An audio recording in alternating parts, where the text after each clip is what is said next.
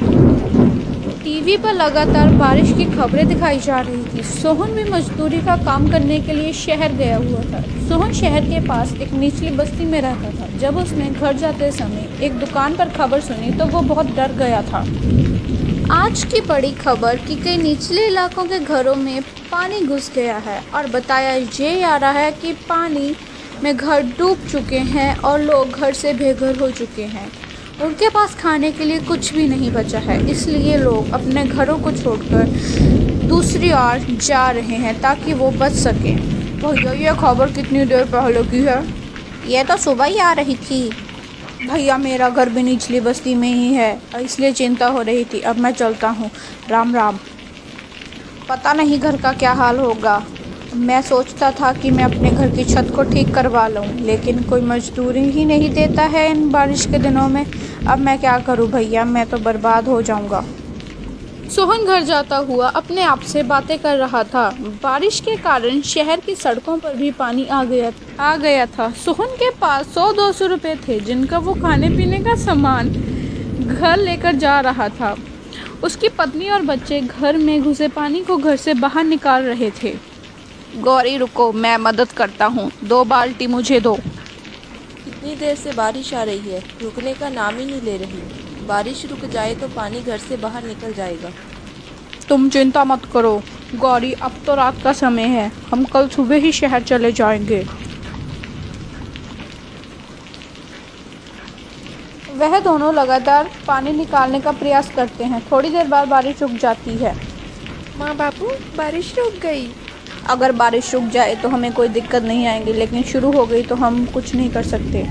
ये लो कुछ खा लो, जब से आए हो तुमने कुछ नहीं खाया है।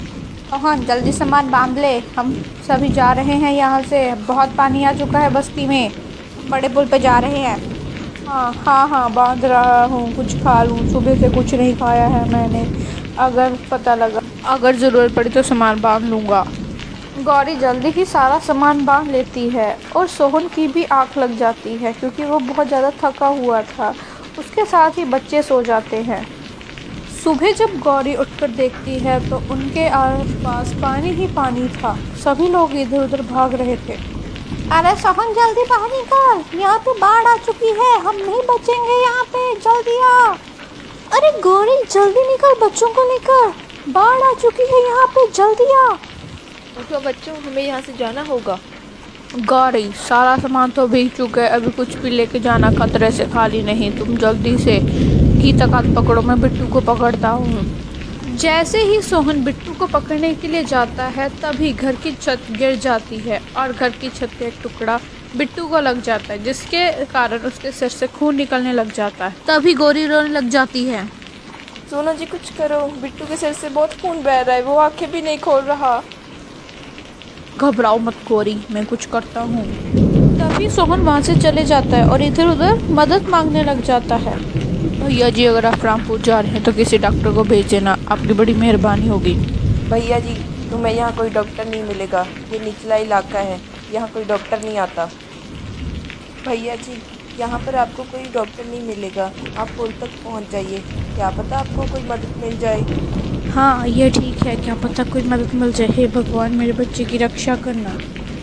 सोहन बाढ़ के पानी में तैरकर पुल की ओर जा रहा था। उधर गौरी का रो रो कर बहुत बुरा हाल था क्योंकि बिट्टू की सेहत बिगड़ती ही जा रही थी, वो बहुत ज़्यादा बीमार हो रहा था। उधर बाढ़ का पानी भी बहुत तेज़ हो रहा था। जी कहाँ रह गए आप, जल्दी आओ, बिट्टू बहुत बीमार है, उसे बहुत तेज़ बुखार आया है। हे भगवान इन्हें जल्दी से भेज दो ना। मेरे बच्चे आंखें खोल, क्या हुआ तुझे? सोहन किसी तरह पुल तक पहुंचता है। उधर भी भाग दौड़ लगी हुई थी। भैया यहाँ पे कोई डॉक्टर मिलेगा?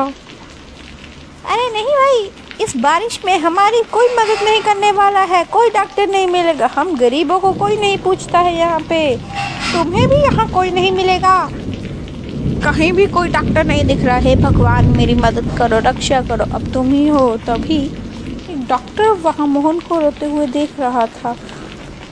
आशा तुम बच्चों को लेकर कहीं दूर चले जाओ, मैं उस पिता के साथ जा रहा हूँ क्योंकि उसका बच्चा बहुत बीमार है। लेकिन आपकी जान को भी तो खतरा है ना, आप मत जाइए ना प्लीज़।